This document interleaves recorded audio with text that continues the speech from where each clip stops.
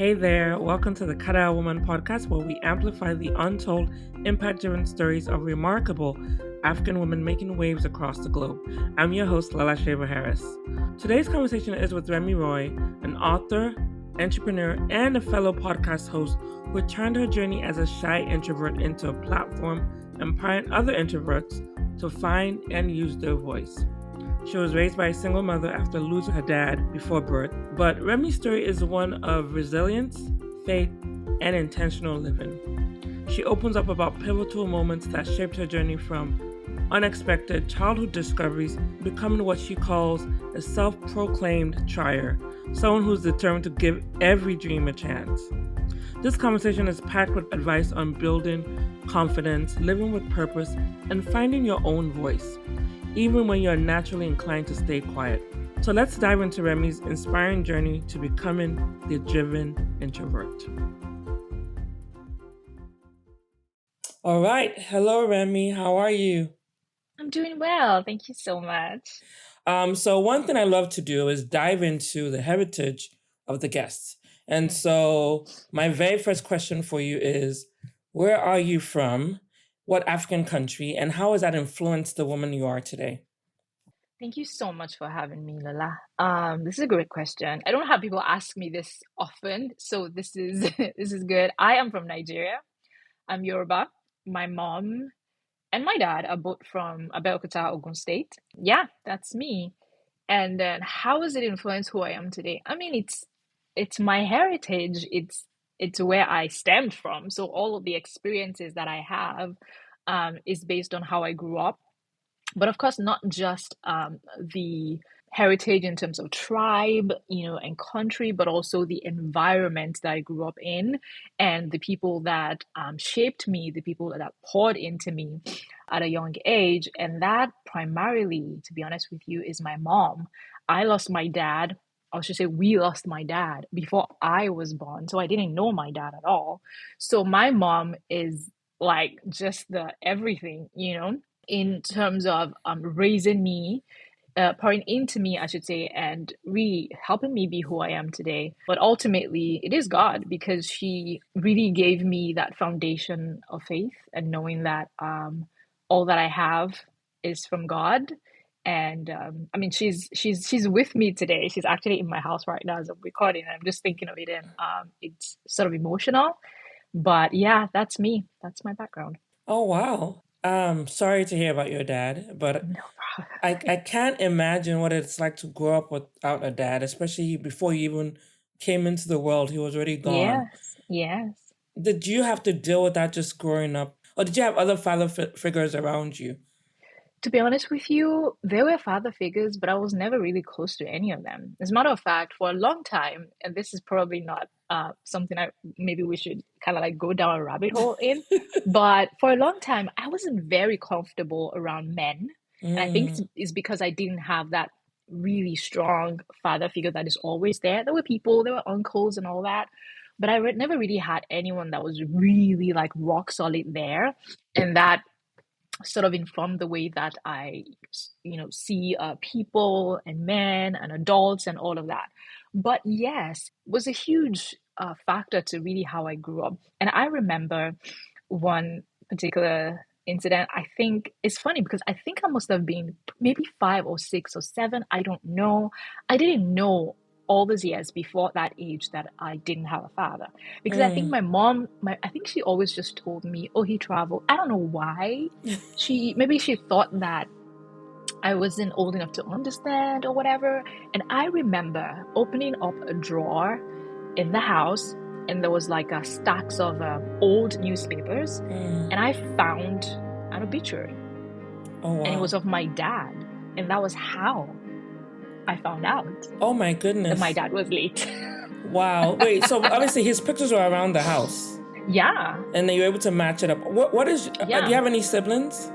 I have 3, yeah. We're 4 kids. I'm the last. Oh, you're the last one. And none of the other siblings divulged this? I was so young. I don't even remember. Wow. Like, I don't even remember if any of them ever told me, or it just never registered. I was just, when you're a kid, you don't know what you don't know, and you don't care about it, until, you're forced to face it. So, wow. yeah. I And did don't you just confront your mom when you found the? I don't really remember because it's been so long, Oh right? I think wow. I did. I think I did, but I don't remember what came out of that conversation. And if you know African parents, I should say Nigerian parents, because Mm-hmm. they don't really say a lot of things. They Yeah. don't Yeah. dig deep into things like that. Just Yeah. because maybe it's heavy or more than you're too young, don't worry Yeah. about it or whatever. But that was just my experience, yeah.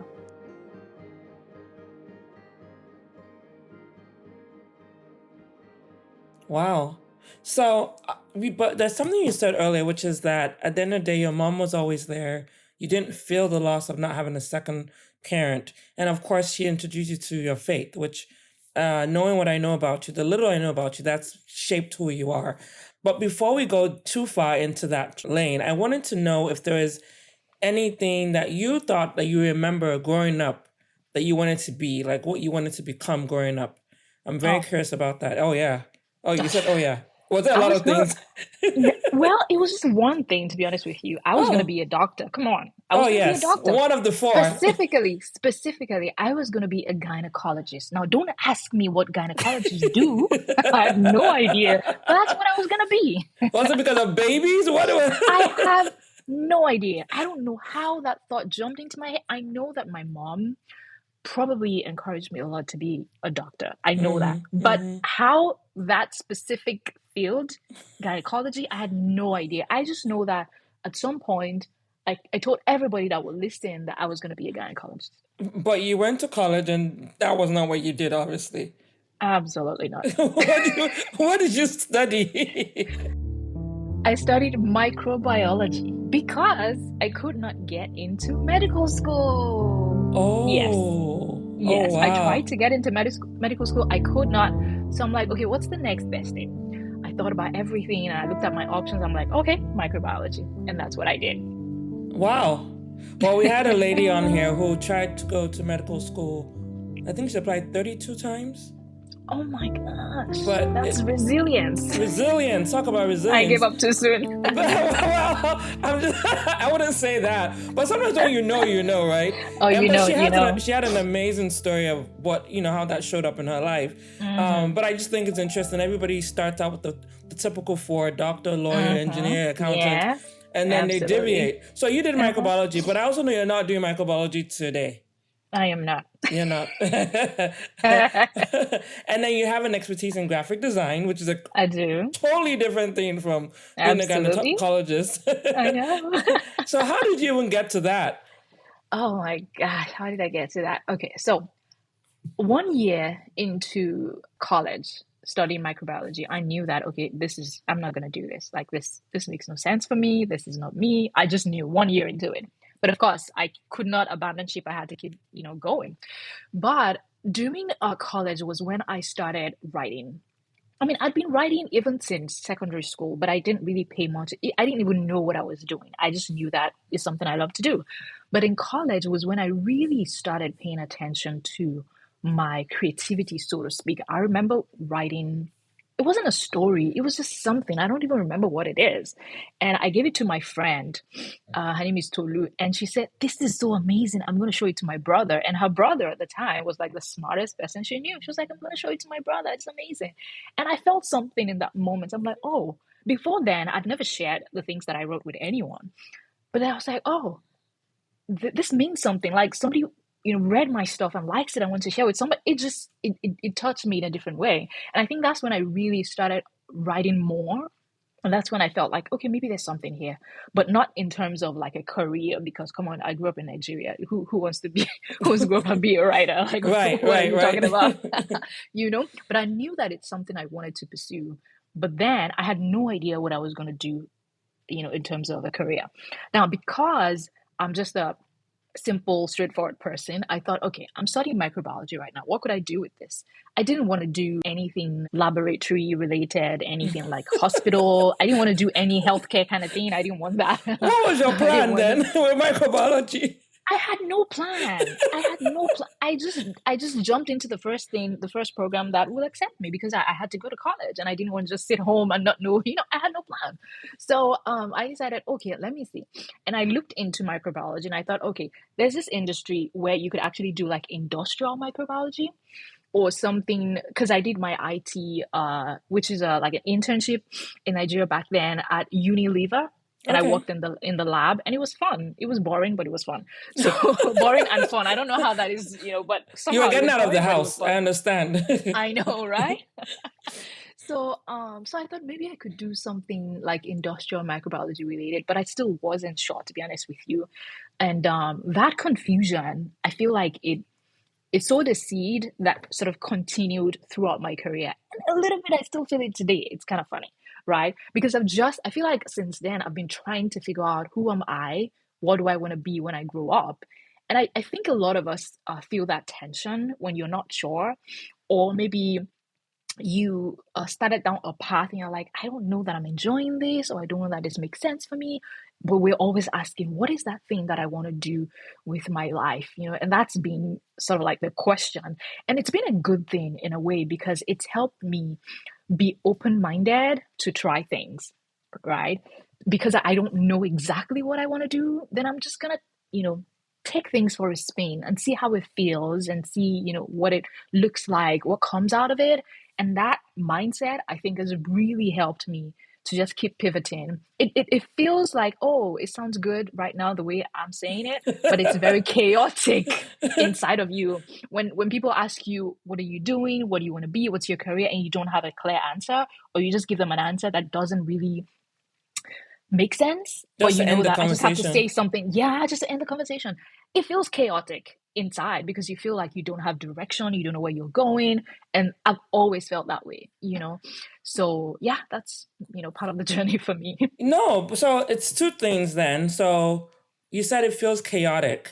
And I can see that because if you're someone who has multiple passions, and there's something you actually said on your website that I loved actually, which was that you describe yourself as a self-proclaimed trier, which means you've decided to give yourself a chance to try every single dream, every single idea, no matter how big, no matter how small. And I read that and I was like, that is so wow. And so you have this mindset to do this. The world is asking you, what are you doing? How do you reconcile both of those? Because you already had a determination to follow that curiosity. I mean, I feel like that determination didn't come early in my career. It didn't come early at all. It took time for me to get there. So what you're reading is something that I wrote probably about 3 years ago. So it took time for me to realize that, oh, I think this is my journey. This is the way things have been. So I need to just settle into this and accept it, and just know that this is the way things are. I don't always have a clear answer, and I'm just going to follow that path. But initially, reconciling those two things was really hard because I always felt like I was lacking something. I always felt behind. I always felt like I'm not making progress. I always felt like, what am I doing with my life? It was hard, to be honest with you. But it took just the ups and downs of life, and experiences and disappointments and confusion, disillusionment, all of that. And sometimes a little bit of clarity when things happen that I'm like, oh, I like the way that felt. Maybe when I published my books, for instance, I'm like, oh, I like the way that felt. I was able to do a project from beginning to the middle to the end, and I published it. I love that. That told me, okay, I'm a self starter. I love to do things. I love to figure things out by myself. Okay, I don't know how to make a career out of that, but I'll keep figuring it out. So it just took a long time to get to that point where I'm like, okay, I think this is what I like to do. I like to tinker. I like to try things. I like to take things for a spin. I am not the kind of person that will sit at and there's nothing wrong with that, that will have a job for years and years and years and years and years and doing the same thing. I cannot survive that. Like, I feel like my mind will just go crazy. I need something to keep stimulating me, something to keep making me feel like I'm doing something new, something exciting. And I'm not like an adrenaline junkie by any means. So all of this is what I'm saying. It might be boring stuff to some people, like, how is that exciting? But to me, it is because I'm trying new things and I'm not stuck with one thing. Mm-hmm. So it took me a long time to just accept that this is the way things are and to be okay with that. So let's stay there for a second. How did you? But and I think it's a big part of the process of figuring out what you think you're supposed to do in this world, right? But you mentioned it took you a while to get there. But what did you do specifically in that time to get there? Like, what were the steps you Mm, did? Was it books you read? Was it like, how did you figure? How did you get the clarity to mm, be confident in like, this is who I am. I am a mm. self-starter who likes to tinker, and this is going to be my life mantra, which is I'm going to try whatever I feel the desire to try. How did you get to that point? Sometimes it's kind of difficult to go back and reverse engineer a process, but to be honest with you, I think it was just getting up every day and knowing that I cannot give up and I cannot allow the overwhelm and sometimes the depression to take over me. Because if I let it take over me, it's going to hamper my creativity and then I cannot try stuff. And then what do I have? You know? So I think it's just knowing that I cannot give up. There's something here. There's something to my future. You have to believe that. That's one thing. You have to believe that there is a future for you, whatever that looks like. You may not know the details, you may not know what it sounds like, feels like, but you have to know and believe that there is a future for you, right? And there's something you're working towards. And I think that's just it for me. I just kept going. I just kept trying things, And I would feel really bad when I tried something and according to my definitions, it didn't work. So now I'm back to, and I always felt like, oh, people will look at me and say, she's a flake. She just keeps moving from one thing to Mm. another. So I had to let go of all of those mindsets and limiting beliefs and fears and all of that along the way. It wasn't easy. It's still not easy, to be honest with But you, that because it sounds like you were doing that on your own. You were just becoming self-aware and just letting go of the a of the hundred limits. percent, Okay. a hundred So it percent. wasn't No, like therapy, was it prayer? no. To be honest with you, it wasn't therapy. Oh, definitely, definitely. In terms of prayer, absolutely. Because how else do I survive this life? And not lose my mind without knowing that God is with me and He has a plan for me. So all of that is just growing, And like you said, I love to read. I love to really find out ideas. I love to. I'm very curious about people. So if I find someone who maybe said something or wrote a book or I watched a video and they said something that really was fascinating to me, I would dig deep and find out who is this person. I would check out everything they ever created. And that's how I learn, and I keep digging deep. And that's how I learn. I just like to take in a lot of information that way. You know how I said you have to know that there's a future for you? For Mm-hmm. me, that's the faith connection. I have to look at my life and take a deep breath and know that God, I know that you have a plan for me. Right now, it feels like I am planless. It feels like I'm directionless, but I have Mm. to believe that you have a plan for me. So holding on to that and to keep learning because you're going to feel the you're going to be tempted to be lazy when you don't have direction. You'll Mm. be tempted to just be like, whatever, and not really put your mind to something. But one thing I've realized is when you don't know what to do, pick one thing. It doesn't matter what it is. Please let it be legal. That's all. Let it be legal. Pick something Yes, legal. legal. We are not We don't commit advocating for crimes. do not commit crimes. We're not We advocating don't for that. at all. Seriously, when you don't know what to do, pick one thing. Just pick something that Mm. interests you, something that you feel like, okay, I could want to, figure something out about this and go deep on that one thing. On that journey, you will find a lot of things. And you might pivot, you might like go down rabbit holes. That's fine. You keep learning.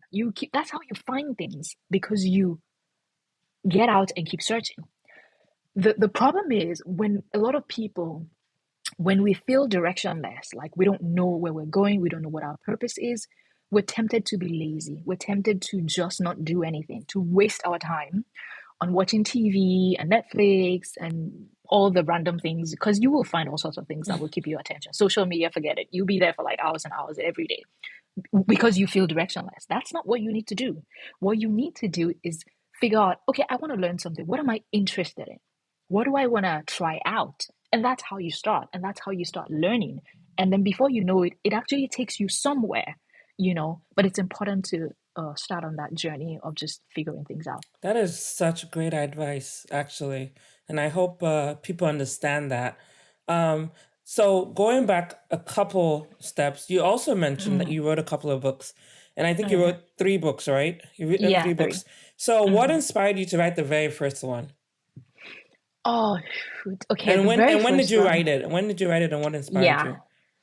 So in 20, I think it was 2009, either 2008 or 2009, I started a job in Lagos then, working for a magazine. And I was working as the managing editor, and I was also writing for the magazine. And during that time, I was just really devouring information about books, about publishing, because I mean, I was working in a magazine industry, so I was just, learning a lot about that. And I remember I saw, I think it was Cassava Republic. I do not remember if it was Cassava Republic, one of those publishing companies in Nigeria then. I read a book, and it was such a beautiful book. I don't even remember the title, and I'm telling you, it's funny. I don't remember the title. I know I will find it if I search. It was written by a Nigerian woman, uh, and it wasn't like a Christian, but it had kind of like a Christian bent to it, to the story. It was fiction, and I love that book. And when I finished reading that book, I closed it and I held it to my heart, and I'm like, I want to do this. Oh. I want to do this. This is amazing. And then I think I searched probably online or somewhere, and I realized that, okay, it was a Cassava Republic published book. And then I went to Cassava Republic, their website, and I figured out that, okay, they're taking submissions. Like you can submit a manuscript and they will consider publishing. I'm like, okay, this is it. So I started writing. I'm like, okay, I'm going to write a book. I'm going to write a story. And I started writing. And that was how my first book, Miss Unlikely, was started, and that was sometime around 2010 was when I started writing. It took me a long time to finish it, and of course when I finished it, I didn't turn it in to Cassava Republic for whatever reason. Mm. Maybe I think somehow I was afraid, like, nobody's gonna want this. I'm like, I'm just gonna publish it Wait, myself. but I thought there was a But that submission. there was, but I never submitted it. I don't know why. I really need to. I check up. I need to check my journals and stuff. Maybe I wrote anything about it because I'm always writing random stuff. Maybe I wrote something about why I did not submit it. I don't remember. Or maybe I did. Now it's so fuzzy. But I remember that I didn't go ahead with any sort of serious publishing, and I decided to do it myself. And I actually ended up doing it myself when I moved to the States, because I realized how easy it was to actually publish a book, if you were here. So I'm like, okay, I'm just going to do that. I'm just going to publish it. So that's how the first book, got written. Yeah. And then you wrote a couple of books after that. Yeah. And Mhm. then I also know that you started something called ShePact. And I want you to talk about ShePact and how you got to creating that platform. Okay. So, gosh, between the books and ShePact was a lot of things.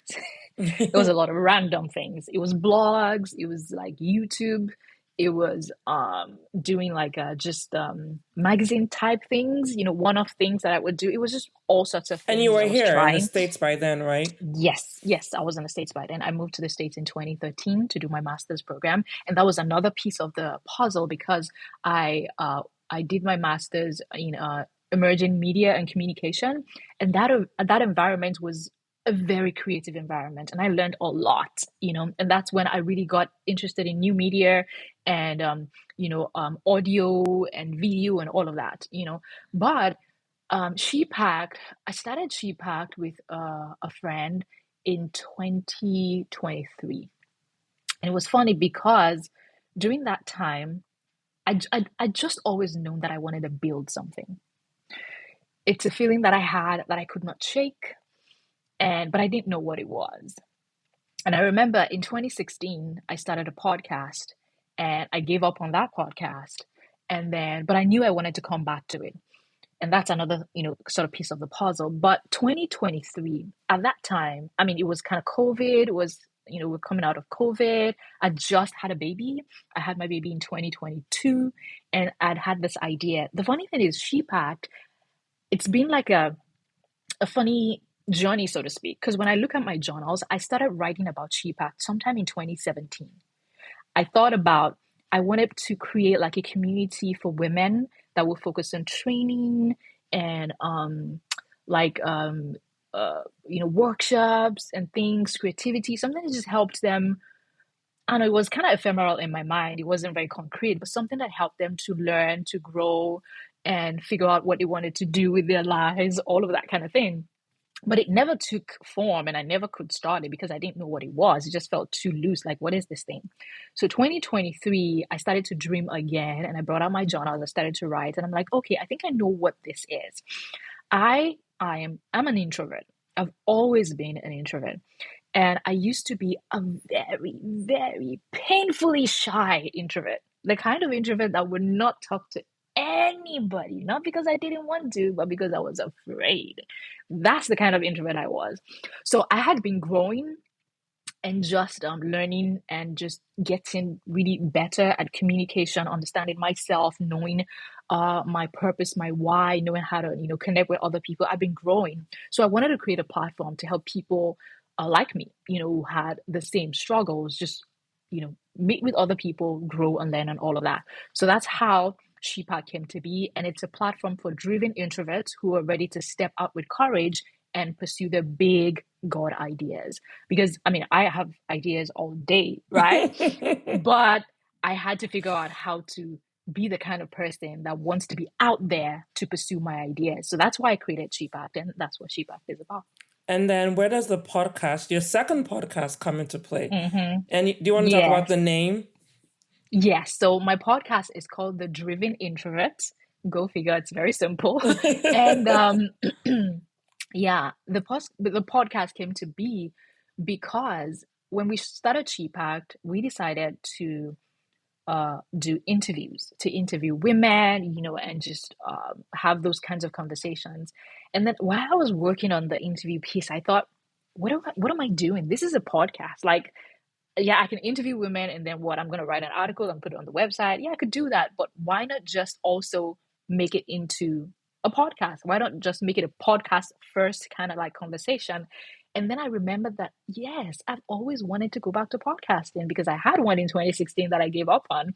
And I decided, okay, I think this is it. This is it. We're going to do a podcast.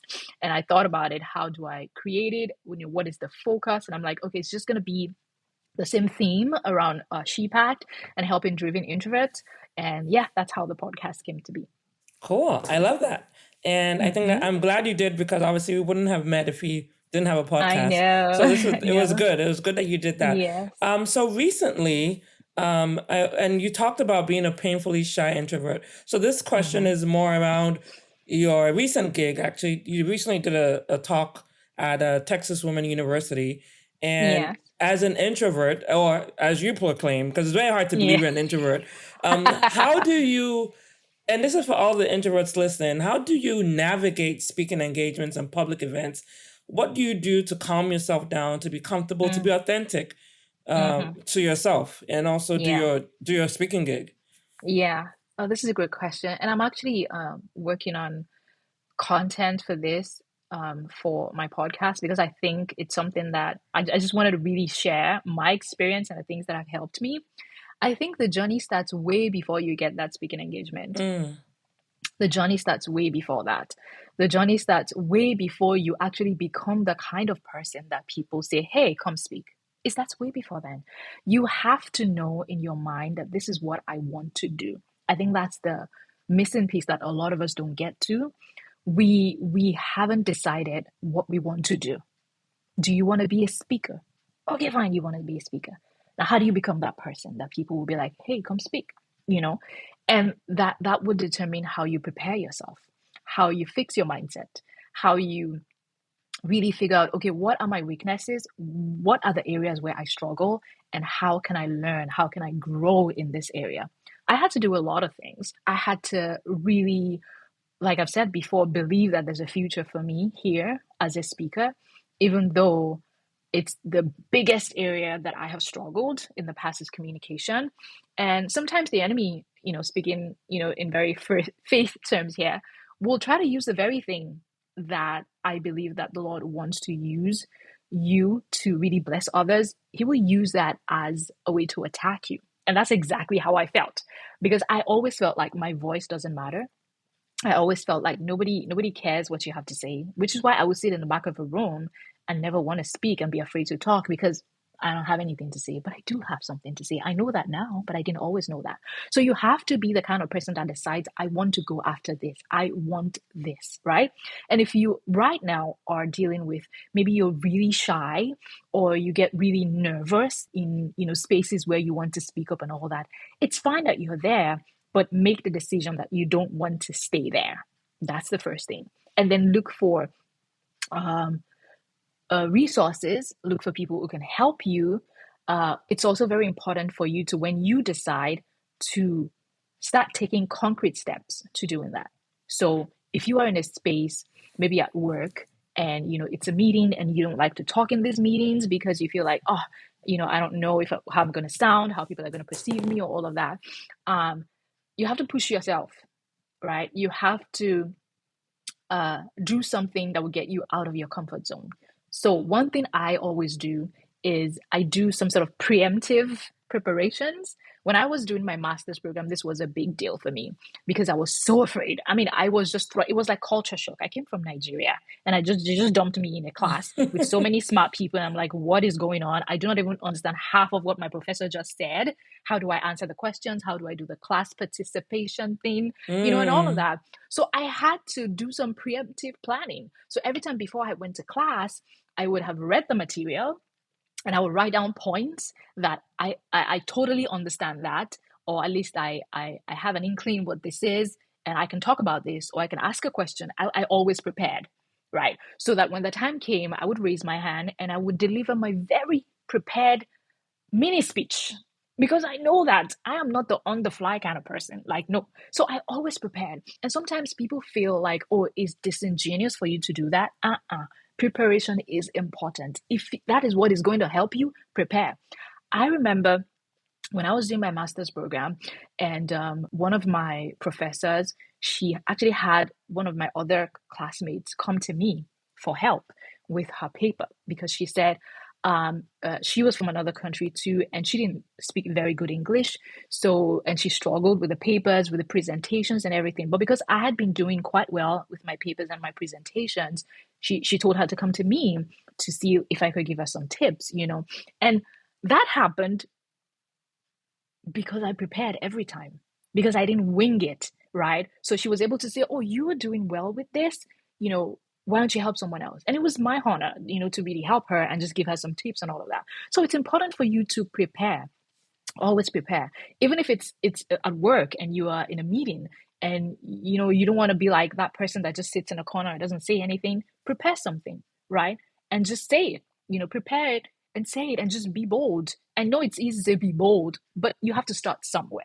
And that was my experience. I had to start somewhere, and I just kept trying. And every opportunity that I had to say something, even if it was one word, or say something to someone, I would just try and perk up a little and say that thing. And it gets easier the more you do it.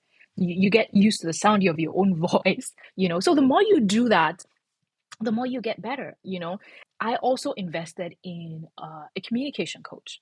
I invested in a coach and I did a couple of sessions with her. And part of it is you have things in your mind, but when you say it, sometimes it doesn't reflect what exactly you want it to say. And if you're a nervous person, it's very easy for that to happen to you. It gets jumbled up in your mind. And before it gets to your mouth and you're actually, presenting or saying this, you're not very coherent, you're not saying it properly, and then you start fidgeting and then it gets worse. So you want to prepare, and having somebody to kind of help you through that process was very helpful for me. And she kind of looked through some of my talks and things that I've done. And then she would ask me questions, give me strategies on, okay, think about it this way. What are you trying to say? What do you want them to get out of what you're saying? And things like that will help you become better. So showing up, deciding that this is really what you want for yourself, showing up, taking the little steps every day, preparing, all of that is important. I love it. That is such a great way to summarize everything you just said. And it actually made me remember one of these self-help books that I read a while back. It was one of those books Mm. where they could have just done with one chapter and PDF'd it and Yeah. it'd be fine. Because they were, but the big takeaway I got from that book, and I can't remember the book, I know it was a blue cover, and I even tried to do it as an audiobook and it was not working. But the big takeaway was like, buy yourself time. Sometimes when you're being called to do something off the cuff and you're not a winger. Some people are natural wingers, but if you're like, I'm also one of those people. I need to prepare before I do anything, even if it's just 5 minutes. Buy yourself time. So even if you're a boss at work, like you said, if they tell you, I need you to do this presentation in 30 minutes, you could buy yourself time. Like, can I get 45 or an hour? Just buy yourself Mm-hmm. time to get into the mindset to go deliver Mm-hmm. what you need to deliver. I love that. Because obviously the capability is there. They wouldn't have asked you to do it. But for Yes. you to show I up as love the that. best of you, you may have to do that extra step of preparing. So I love the fact Yes. that you pretty much gave a very practical advice, which is take the time to prepare and Mm-hmm. and leverage that and go in. It doesn't Mm-hmm. have to be a weakness. You don't have to compare No. yourself to the wingers. There are No. people who are good at winging. It's a Yeah. skill and there's a place and time for that. And so let's switch gears here because you also talked about something that is near and dear to my heart, which is part of why I wanted to start this platform, was the mindset. There's a lot of stuff that's Mm. happening in the mind that gets you to where you need Oh, to get to. absolutely. And you talked about this already. You've touched on some of the things you've done to give yourself opportunities, like speaking opportunities, which is very far removed from being a shy introvert. But I'm also curious the other side of how you've pushed yourself through difficult times. Mm. Oh, oh my gosh. That's a big one because, and I don't know if you intended to go there, but I've had some very difficult times. I am telling you, I've had some challenges that I don't even know where to begin. And the truth is, every time I get hit with a big challenge like that, it breaks me a little, and I find myself floundering, and I find myself feeling a little despondent and maybe even depressed. But the aftermath of that experience every single time is that somehow I find a way to get up better. Mm. I find a way to get up, dust myself off, and I feel like I'm stronger because of that experience. It's not always easy to have that perspective. It's not always easy to accept it that somehow good can come out of this difficult situation. But that's what I've had to do, and that's what I've learned to do. I remember telling one of my friends this, and I was getting ready to share about my fertility journey, and she was asking me questions. I'm like, okay, but how? Okay, so you said after going through this, and then you come back and you're better, and your faith is stronger. Like how? There's some things How? that I know, right? There's some things that are kind of difficult to explain, Yeah. but I I I will not. There's no way I can talk about it without talking about the power of prayer Mm. and actually just trusting God and deciding that this is it for me. I trust God, and whatever happens, I will keep trusting Him, because that's where my strength comes from. And I think knowing that it's like half of the battle, right? Because you struggle with the fact that is God good? Does He love me? Why is this happening to me? But I put to rest the fact that I know He loves me. I know He's good. All of that is clear to me. So if this is hard and this is killing me right now, there must Mm. be a reason, and there must be something good that can come out of this. And I try to take that mindset in every area of my life, even with my career. When things feel like confusing and like I don't know what I'm doing, I just have to believe that there's something good coming out of the situation. First of all, I'm just getting a lot of the confidence in how you're speaking. And it's amazing that you keep anchoring it back on your faith and your prayer life. And I think that's amazing. And I think if anything, it's a way to just, if I had to step out and talk in a faith-based language, it's just amplifying the glory of God in your life, really. And I think that's just inspiring in itself. And by the way, one of the good things that came out was you do have a baby boy, right? Well, he's I not a baby anymore. do. Yeah, I so know, that's one right? big good one. But if Yes. anything, like you said, even going through that one experience just gave you the strength to overcome anything else that would come your way, it sounds Yeah. like. And I can see that in Mm-hmm. how you're speaking. You're just Mm-hmm. so self-assured. There's a lot of awareness that you go Mm. through. Thank you. And then that's part of the mindset game. Mm-hmm. The other thing I wanted to ask you about was something you said, which is about living your life intentionally. You Mm. talk about that, and I wanted to know for you, what does that mean in practical terms? Uh, I think in practical terms is asking myself, what am I doing? Where am I going? Mm. What is happening in my life right now? What am I thinking? What am I feeling? It's being self-aware, like you said, because Mm-hmm. I feel a lot of us drift through life. Mm. We just drift. We don't want to think too much. We don't want to try too much because it's so difficult trying too much. Like, why are you trying so much? Why am I trying so much? What am I trying to do? It's not to have a job Like and who to be able sent you? to. Yeah, who sent you? What's this? Right. What's the big deal? Actually, you just have a job. It pays you, and you live life. Finish. You know, I want more than that. Oh, I'm sorry. Mm-hmm. Mm-hmm. I want Mm-hmm. more than that. Mm-hmm. I want to make a positive impact with my life. I want to do things that help people. I want to do things that make people feel like, oh yeah, Remi was here and that was an amazing experience I had. I think it's very important to think about our life that way. And even with our families, not just external, oh, the world, you want to touch the world. No, we'll start with, our families. Like, what are we doing? Are we intentional in our marriages? And that's another big one. What are you doing? How are you living with your spouse? What do you guys believe together? How are you moving towards the future together? Or are you just like, oh, whatever, whatever? No. So I just want to live a life that makes sense, so to speak, that is Mm-hmm. going somewhere, Mm. and I think that the practical way to do that is to ask yourself questions, is to reflect.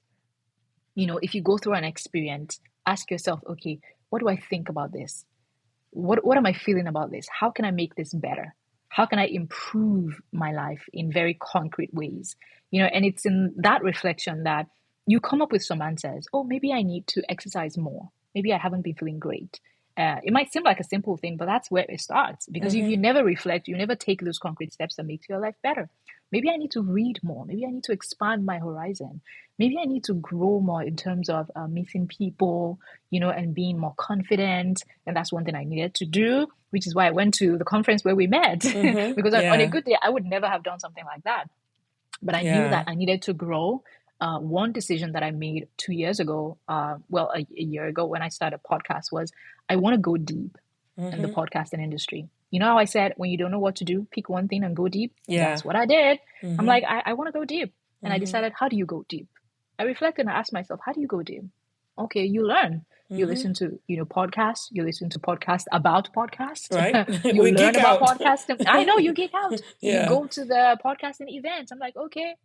And I got an opportunity. I'm like, yeah, I'm going to do this. I'm going to go. I'm going to fly to Florida and I'm going to meet people that I've never met before who are strangers, and I'm going to be awkward. It's going to be weird, but it's going to be fun.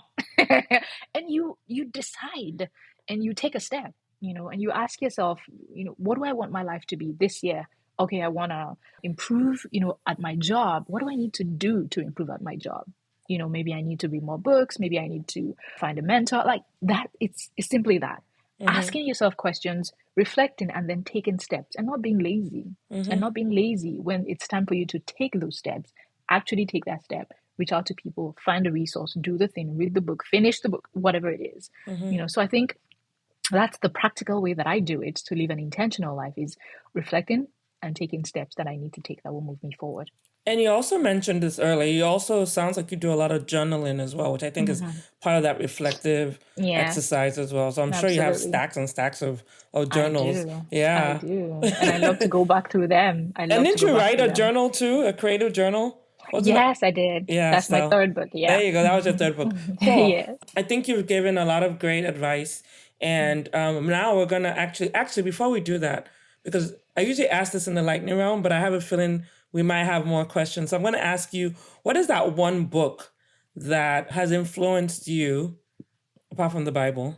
Hmm. Apart from the Bible, that's Yeah. influenced Yeah. you and the way you just show up every single day, being Mm. intentional and just coming out of your shell. Again, it's Yeah. very hard speaking to you that you're a Yeah. shy introvert. It's just, I'm just like, Uh, I don't know. I know people tell me that now, but yeah. But yeah, what is the one book that has influenced you? Or if you have two books, you can share.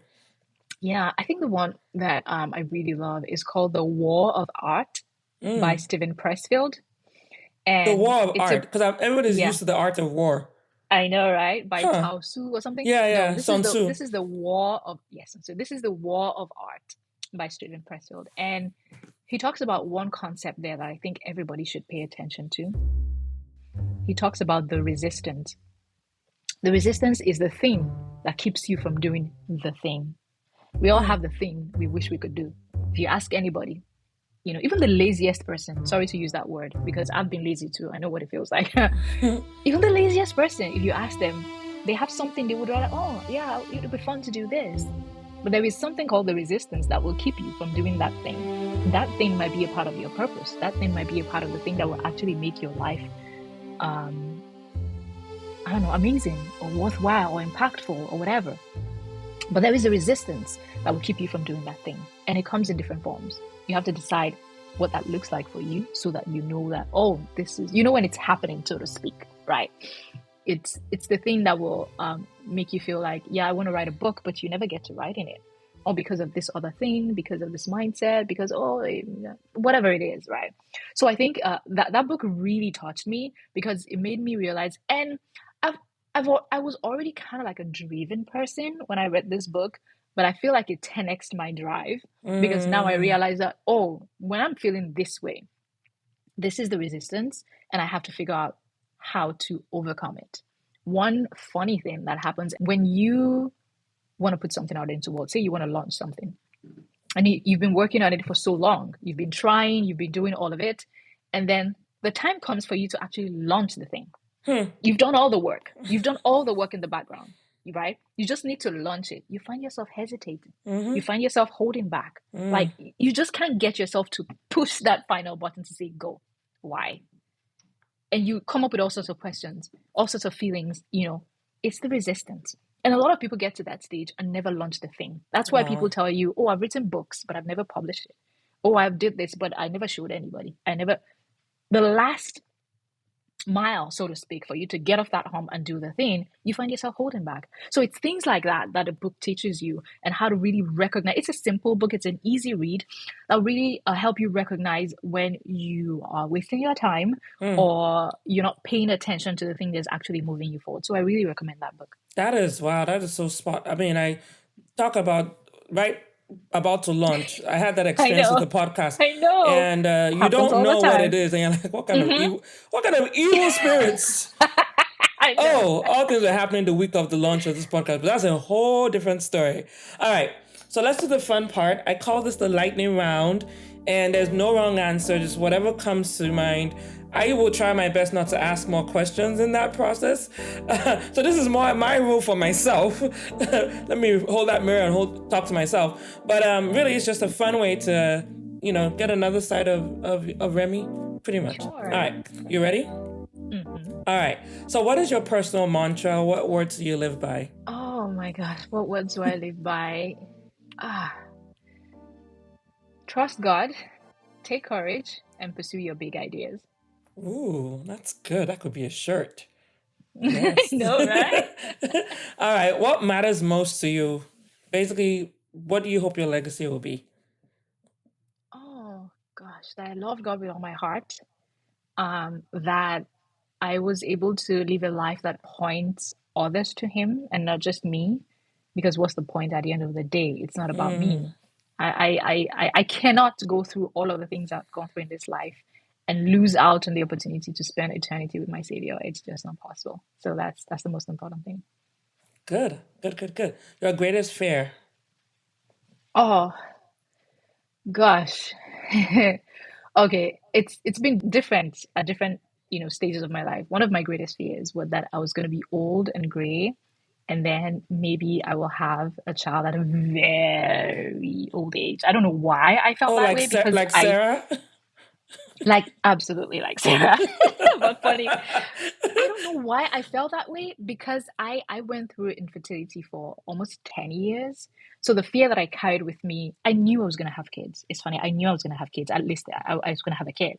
But I was like, when though? Like when I'm old? And then I won't be able to run around with my kids. And I'll be like, my bones will be creaking. Come, let me play with you. And then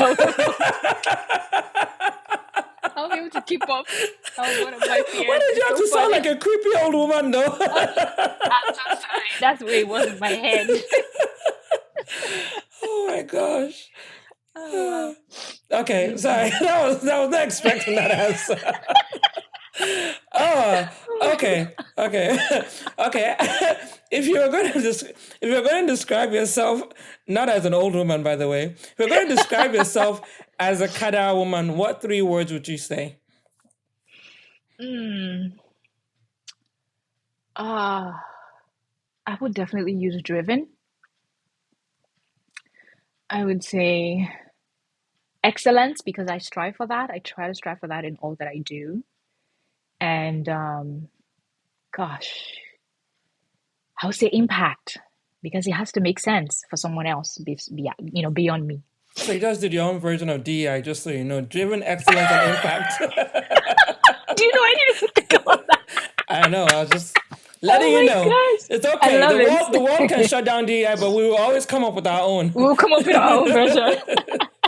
All right. What was the last thing you learned, or what are you learning now? Wow. What am I learning And now? it could be anything.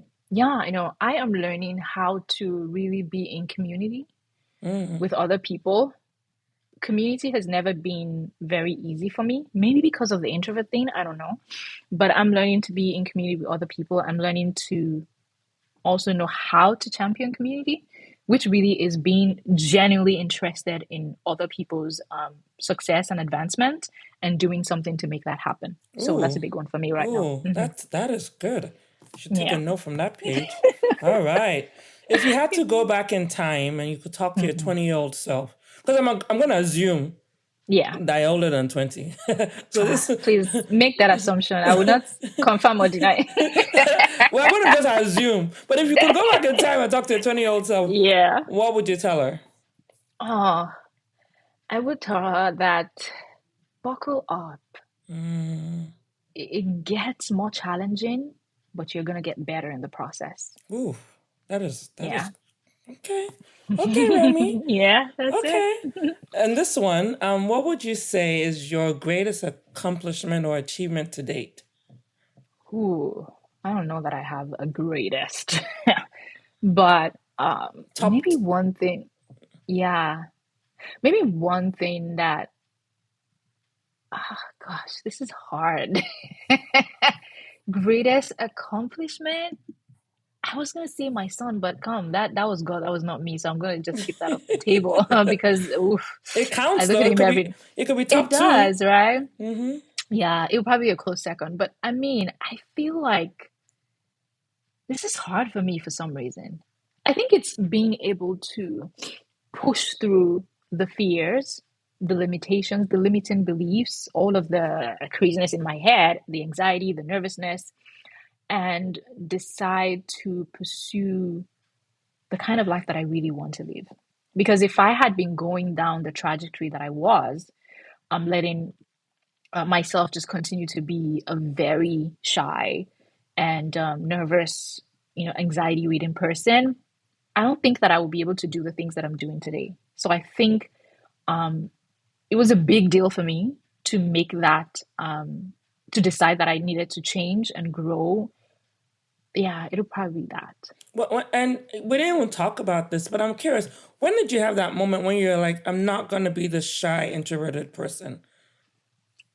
It's hard. I've always wanted to not be that person. Hmm. It's just I felt overwhelmed and I didn't think I could do it. I didn't think I could figure out how to build my confidence. I didn't think I could do it. But I think the pivotal point for me was probably sometime after my first podcast, probably sometimes around 2017, so to speak. I started a job then and it was so overwhelming. I didn't like the job itself, but it was difficult for me to engage the way I would have wanted to engage on that job.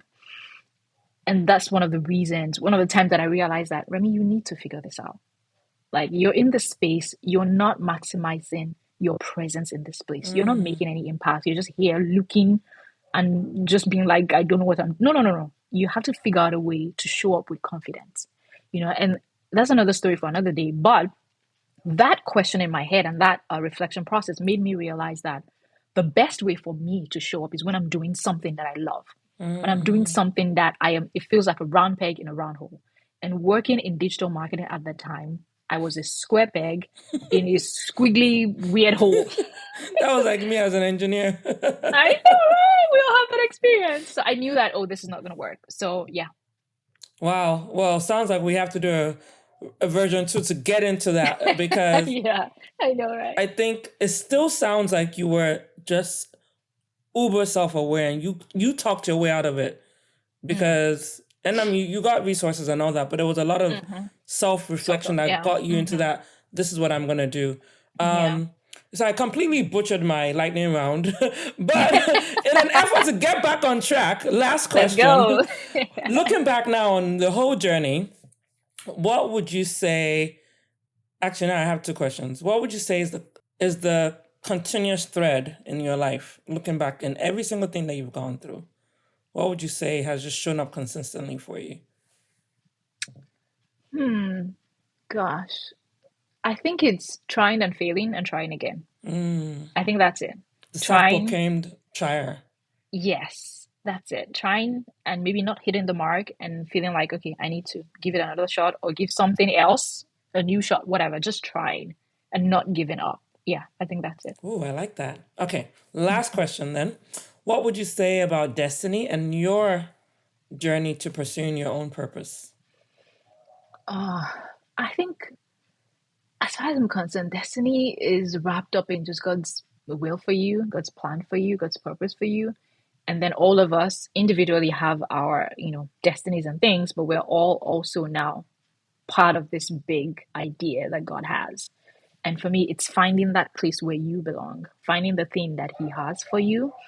And I mean, the beautiful and amazing journey is to actually go on that journey and find that thing. No matter how hard the journey will be for you in figuring it out, just keep on that journey. And that's the thing for me is I know that God has a plan for my life. I know that there are things that I'm meant to do in this world, and I want to keep figuring it out so that I get to the point where at the end of the day, I did it all. I left nothing on the table, and all glory to God. I love that. Woohoo! And that is a great way to wrap up an amazing conversation with you, Remi. Thank you, thank you, thank you. Thank you so much for having me. No, this was amazing. Thank you. And I got some laughs. And now, yeah, I have this image of the old woman. I'm like, I don't The even know creepy old why. woman. I don't know why we I have, did I that. have no idea. But thank you, though. Thank you, thank you, thank Oh, you. thank you for having me. Thank you, thank you. All Appreciate right. you. I hope Remi's story resonated with someone today. Her journey from a painfully shy introvert to a confident speaker and author reminds us all that limitations are often just starting points for growth. What stood out to me was Remi's emphasis on preparation, reflection, and taking that very first small step. So if you're someone who's struggling with confidence or trying to, find your purpose, facing life's obstacles, her advice to pick one thing and go deep with it is something that we can all apply. Remember, as Remi said, trust God, take courage, and pursue those big ideas. Sometimes the most beautiful destinations come after the most challenging journeys. If you enjoyed today's episode, please leave us a review and share with someone who might need this message. And be sure to subscribe to the Cut Out Woman podcast on your favorite platform, and also follow us on social media at Cut Out Woman for more inspiring stories. Until next time, this is Lola reminding you that your Cut Out moment of clarity may have already happened, and all you need to do is embrace it.